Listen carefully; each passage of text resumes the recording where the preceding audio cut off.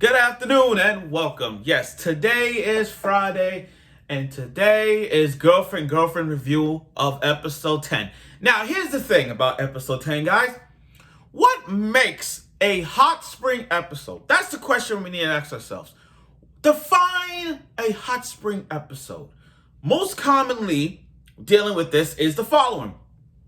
A bunch of good-looking characters, we got that, and fan service. Those are the two major qualifications to make what it is an onsen or hot spring episode, whatever you call it like that. But still, episode 10 did give us that. And not only that, guys, we've got a relevant character making the scene, Shino. Now, here's the thing. For weeks and weeks and weeks of watching Girlfriend, after 10, we now hit 10 episodes, and after 10 episodes, she finally makes her debut. In other words, she's now in the talk. You know what I mean? Like, she's actually up front in the, she's being more relevant now. It was always Nagisa and Rika. It was always that.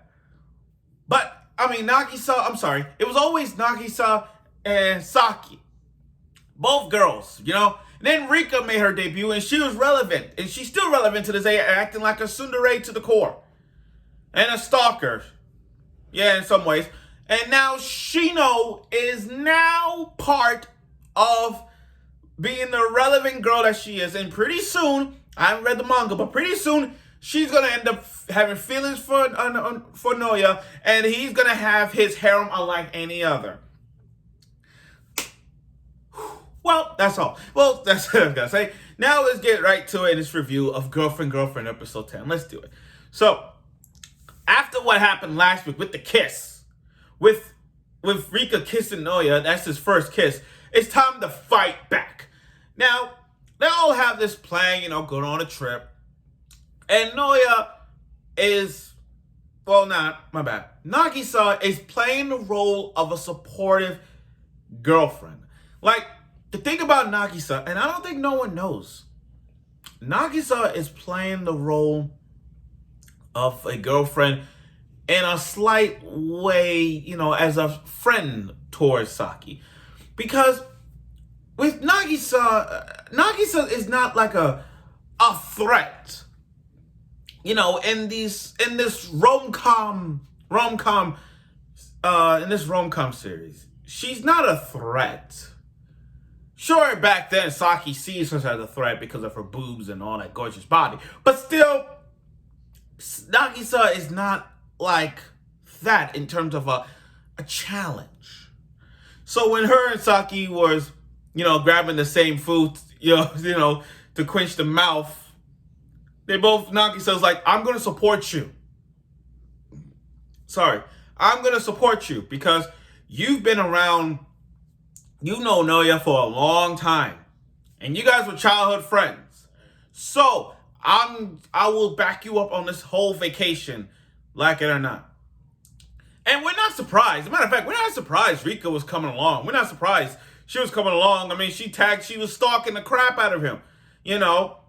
And Shino, you know, after Shino hearing from last week when she heard about Rika kissing and all that stuff, she had to come along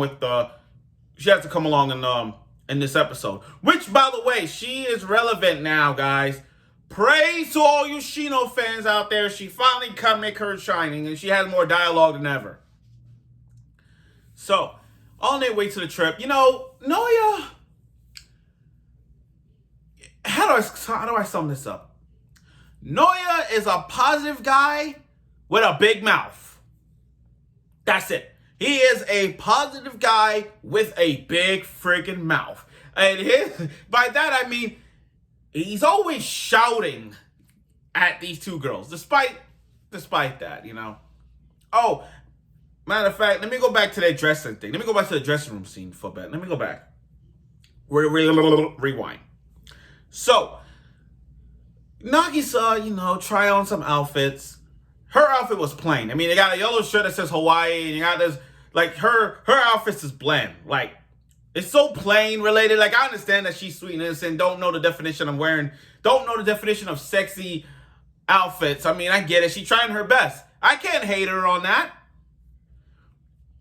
But then you got Saki, who came out like top-notch fan service. I mean, literally, the mini skirt, the mini dress, and the these heart-shaped nipples. Even Naoya is not even like, he's not even blushing like it. Like the average male character in a rom-com, when they see a girl in a sexy outfit, they blushes, like get a nosebleed or turn red like a tomato. But for this guy, he's not even like, you look sexy. You know what I mean? He's not even that. He's just playing with it. Now, on to the train scene. You know, I get it. He wants to make them happy. He wants to go on this trip with them. But man, this guy got guts. He got guts. He's holding both their hands. This guy is holding both Saki and Nagisa's hand. Like, okay, I grab your hand, I grab your hand. And people are looking at them like, is this guy in the harem? I'm sorry I'm going reacting to this episode, because this episode was top-notch good. Anyway, he's holding both their hands. People in the background was like, is this a harem? He got two girls? Is this really for real? All that stuff. I'm like, wow. It's like you got most of the audience, you got most of the characters saying jealous. You got most of the characters saying they wish it was him. And you got most of the characters saying, in these background characters, you got most of them saying, oh, is this a harem? and he's holding him so long that it was getting embarrassed. The two girls, Saki and Nagisa, were embarrassed by it. And then when they arrived at the scene, when they arrived at the hot spring, Rika came out of nowhere, just jumped out of the grass. She came out of the grass like a wild Pokemon, just came out of the wild grass and just say, okay, I found you. And then Shino was there too. Oh my gosh, Shino news. Shino is not holding back. Shino is not holding back. She literally wanted to say, are you a two-timer? You know he's a two-timer. And then Nagisa. This is why I love Nagisa. This is why I love Nagisa right here, guys. I love Nagisa because not only she's very kind and very positive and very confident in her own abilities, but the fact that she has these ways to make sure that relationships goes intact. She's like a strategist when it comes to this. I mean, like literally, because when Rika came in, she's like, if you don't tell, look, I got a video of you as a Me Tuber. You better keep it a secret. And that little trump card. I love how Nagisa uses the trump card, Rika's YouTube as a device, a backup plan. Let me say this, as a backup plan for like, if you don't tell Shino the truth, I will post this on Me Too, but everybody. And Rika immediately like, oh yeah, I just bumped into them. Yeah. She played it so freaking well. And then now, let me get to this scene here. Let me talk about this scene for a bit. Rika, this is what fan service does. This is fan service. We got to see, Rika's boobs and Nagisa's backside. I mean, we all like Nagisa's backside like that, and they show that part. But damn, can I talk about Naoya for a bit? Naoya, you got some guts.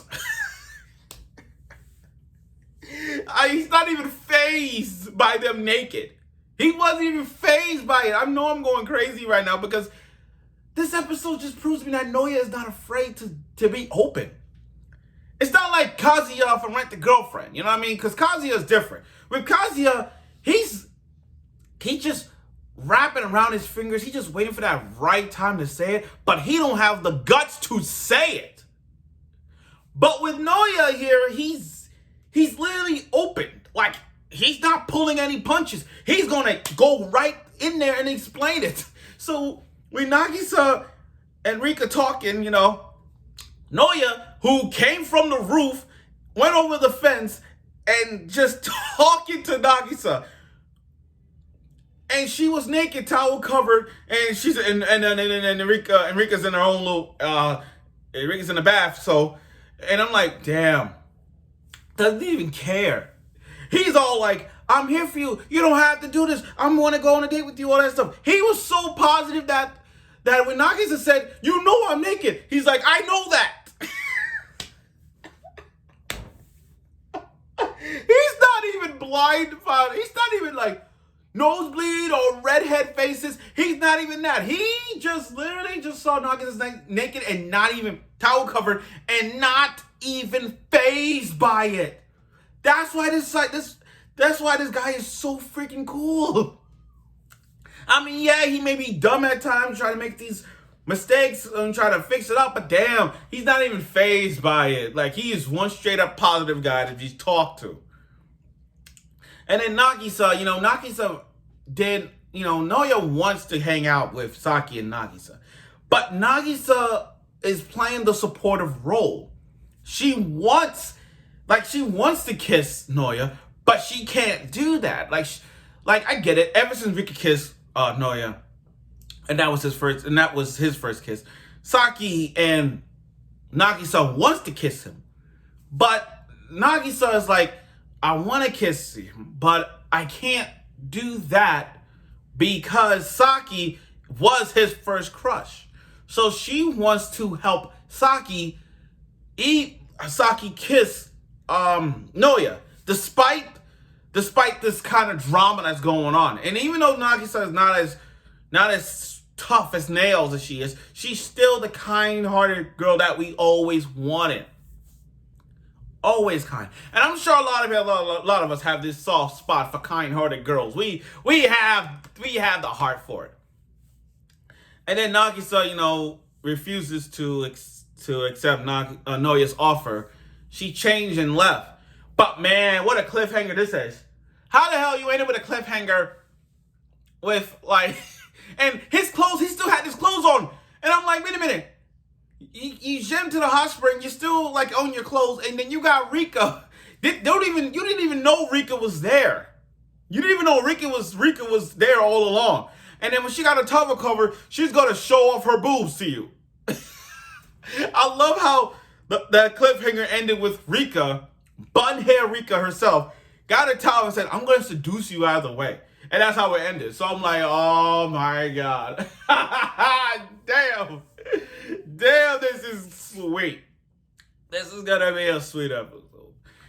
So overall, I find this episode quite good. And like I said, this is what we call the most common thing to a hot spring anime. When it comes to hot spring episodes, it's always the attractive girls and there's fan service. And what we got in Girlfriend, we got it.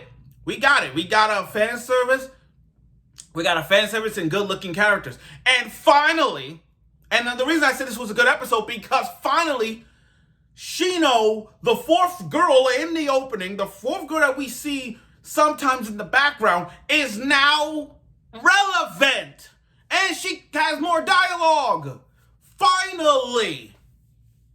But something tells me this is not even a joke. I mean, just by looking at the opening and the ending itself, you could honestly say that Shino is going to be part of the freaking harem. One way for sure, Shino's going to find somewhat of love toward Naoya. And when that happens, Shino's going to have feelings for Naoya. And then one day soon, Naoya just got 4 girls. And the thing about these 4 girls is that he wasn't even trying. You know what I mean? Like he wasn't okay, he tried, but not hard ass trying like in every harem anime.